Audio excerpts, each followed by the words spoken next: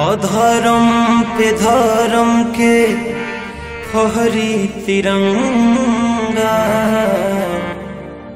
न कबहू ए भारत के दुश्मन झुकाई। गजबे निराला महाकाल के महिमा पलक के झपकते ही परलय हो जाए।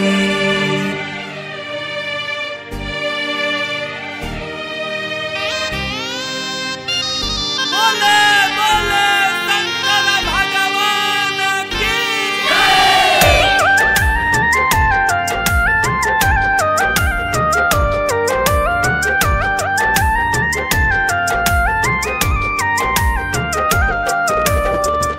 देशवा के रक्षा करे गईले सजन, सीमा पर शहीद भइले हमरो बलम। देशवा के रक्षा करे गईले सजन, सीमा पर शहीद भइले हमरो बलम। रहे असो देवघर के पलान ए भोला के लाई कंवर के समान। ए बाबा कैसे करी गंगा स्नान।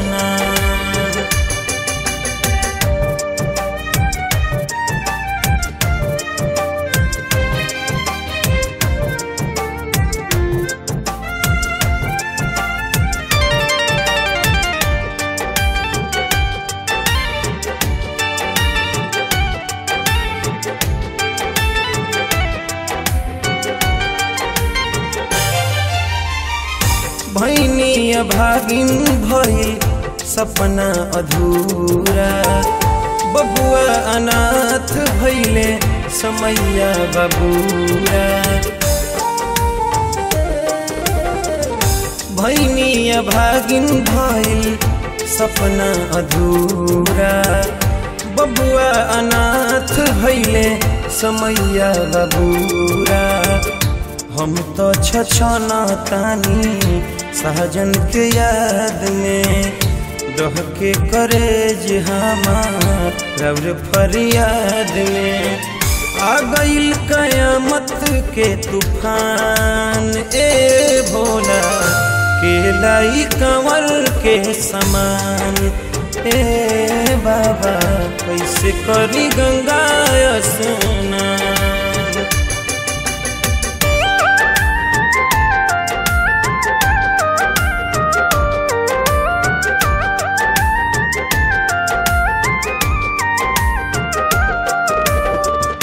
हर साल आवत रही रौरी नगरिया, शंख पोला पियरी कीनत रहले संवरिया। हर साल आवत रही रौरी दुआरिया, शंख पोला पियरी कीनत रहले संवरिया।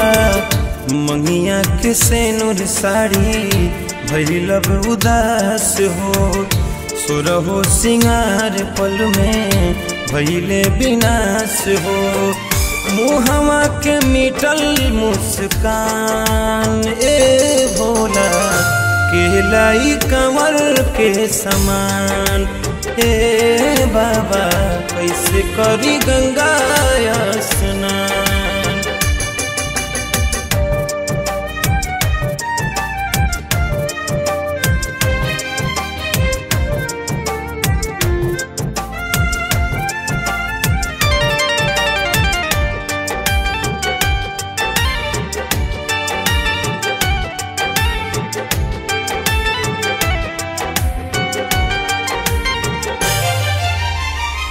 सुकमा पठानकोट दहल गईल उरी, भइल कमजोर ए हुकूमत के धूरी।